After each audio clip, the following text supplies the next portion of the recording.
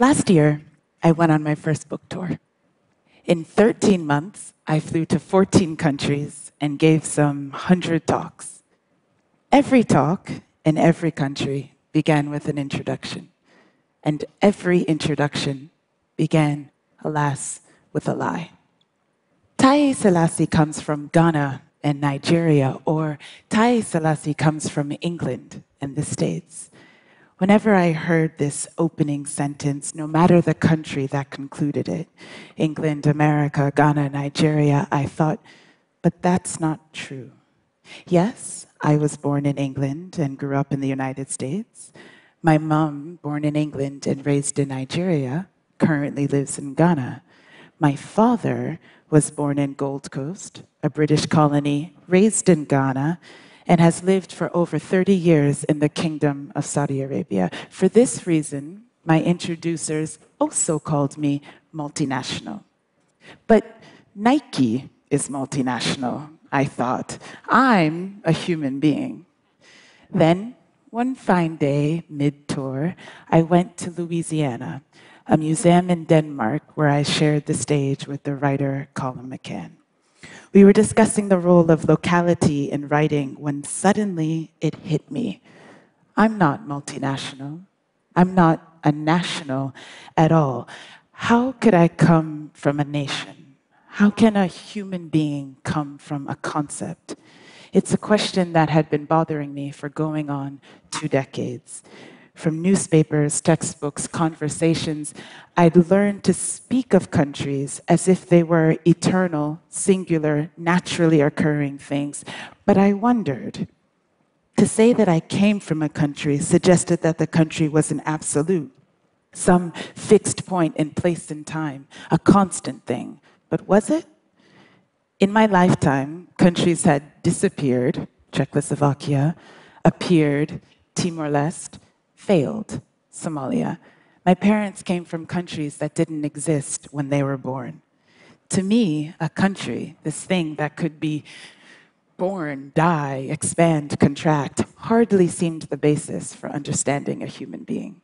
And so, it came as a huge relief to discover the sovereign state. What we call countries are actually various expressions of sovereign statehood, an idea that came into fashion only 400 years ago. When I learned this, beginning my master's degree in international relations, I felt a sort of surge of relief. It was as I had suspected. History was real. Cultures were real. But countries were invented. For the next 10 years, I sought to undefine myself, my world, my work, my experience, beyond the logic of the state. In 2005, I wrote an essay, What is an Afropolitan?, sketching out an identity that privileged culture over country. It was thrilling how many people could relate to my experience, and instructional how many others didn't buy my sense of self. How can Selassie claim to come from Ghana, one such critic asked, when she's never known the indignities of traveling abroad on a Ghanaian passport? Now, if I'm honest, I knew just what she meant. I've got a friend named Layla who was born and raised in Ghana. Her parents are third-generation Ghanaians of Lebanese descent. Layla, who speaks fluent Twi, knows Accra like the back of her hand. But when we first met, years ago, I thought, she's not from Ghana. In my mind, she came from Lebanon, despite the patent fact that all her formative experience took place in suburban Accra. I, like my critics, was imagining some Ghana where all Ghanaians had brown skin or none held UK passports. I'd fallen into the limiting trap that the language of coming from countries sets, the privileging of a fiction, the singular country, over reality, human experience. Speaking with Colin McCann that day, the penny finally dropped. All experience is local, he said. All identity is experience, I thought. I'm not a national, I proclaimed on stage. I'm a local. I'm multi-local. See, Haile Selassie comes from the United States isn't the truth. I have no relationship with the United States, all 50 of them. Not really. My relationship is with Brookline, the town where I grew up, with New York City, where I started work, with Lawrenceville, where I spend Thanksgiving. What makes America home for me is not my passport or accent, but these very particular experiences and the places they occur.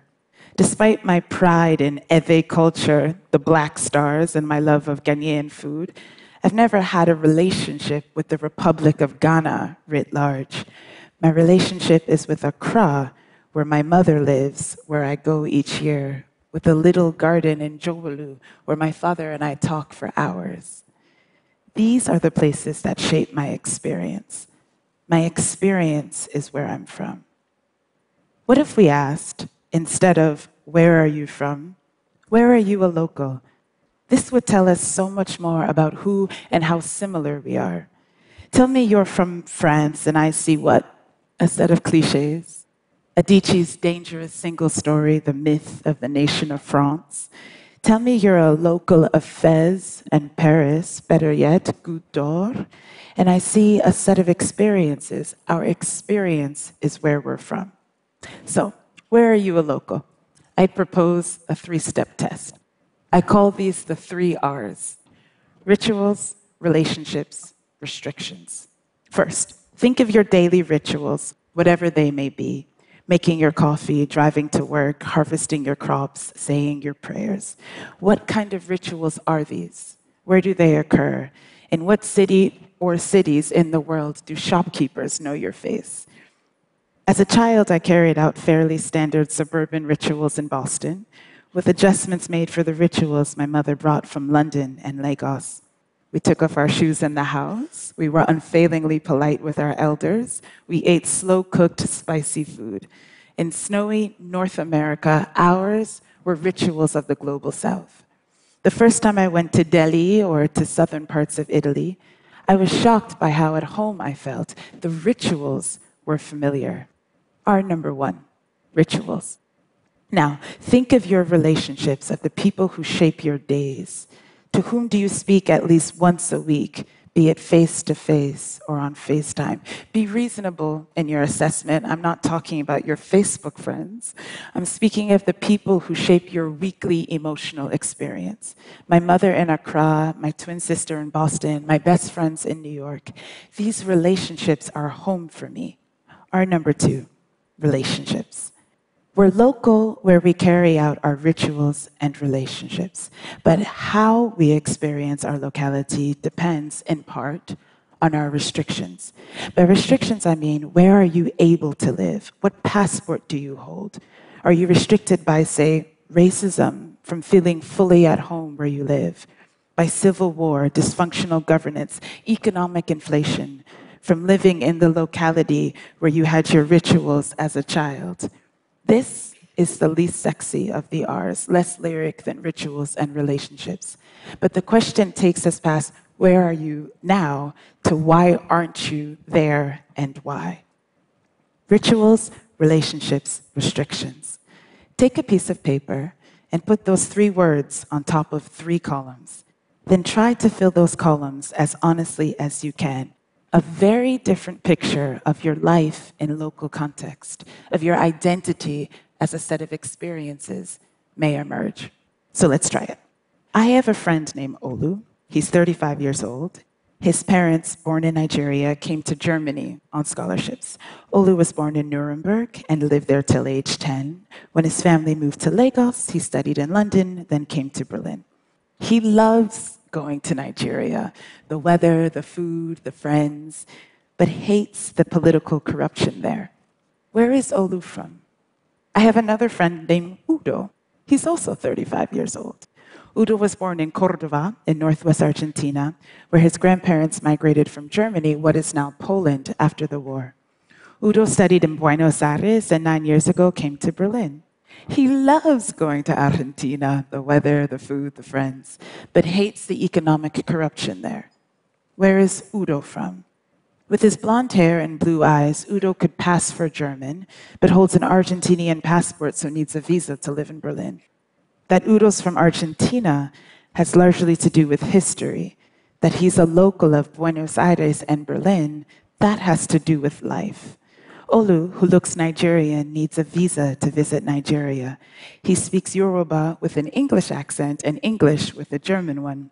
To claim that he's not really Nigerian, though, denies his experience in Lagos, the rituals he practiced growing up, his relationship with family and friends. Meanwhile, though Lagos is undoubtedly one of his homes, Olu always feels restricted there, not least by the fact that he's gay.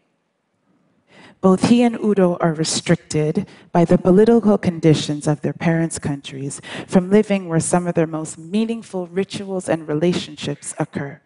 To say Olu is from Nigeria and Udo from Argentina distracts from their common experience. Their rituals, their relationships, and their restrictions are the same. Of course, when we ask, where are you from, we're using a kind of shorthand. It's quicker to say Nigeria than Lagos and Berlin. And as with Google Maps, we can always zoom in closer from country to city to neighborhood, but that's not quite the point. The difference between where are you from and where are you a local isn't the specificity of the answer, it's the intention of the question. Replacing the language of nationality with the language of locality asks us to shift our focus to where real life occurs. Even that most glorious expression of countryhood, the World Cup, gives us national teams comprised mostly of multi-local players. As a unit of measurement for human experience, the country doesn't quite work. That's why Olu says, I'm German, but my parents come from Nigeria. The but in that sentence belies the inflexibility of the units, one fixed and fictional entity bumping up against another. I'm a local of Lagos and Berlin suggests overlapping experiences, layers that merge together, that can't be denied or removed. You can take away my passport, but you can't take away my experience. That I carry within me. Where I'm from comes wherever I go. To be clear, I'm not suggesting that we do away with countries. There's much to be said for national history, more for the sovereign state. Culture exists in community, and community exists in context. Geography, tradition, collective memory, these things are important. What I'm questioning is primacy. All of those introductions on tour began with reference to nation, as if knowing what country I came from would tell my audience who I was. What are we really seeking, though, when we ask where someone comes from? And what are we really seeing when we hear an answer? Here's one possibility. Basically, countries represent power. Where are you from? Mexico, Poland, Bangladesh, less power. America, Germany, Japan, more power. China, Russia, ambiguous.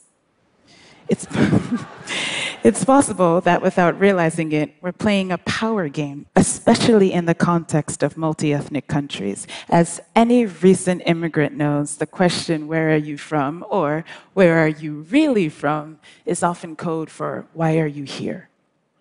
Then we have the scholar William de Reseret's writing of elite American colleges, quote, students think that their environment is diverse if one comes from Missouri and another from Pakistan, never mind that all of their parents are doctors or bankers, end quote. I'm with him. To call one student American, another Pakistani, then triumphantly claim student body diversity ignores the fact that these students are locals of the same milieu. The same holds true on the other end of the economic spectrum. A Mexican gardener in Los Angeles and a Nepali housekeeper in Delhi have more in common in terms of rituals and restrictions than nationality implies.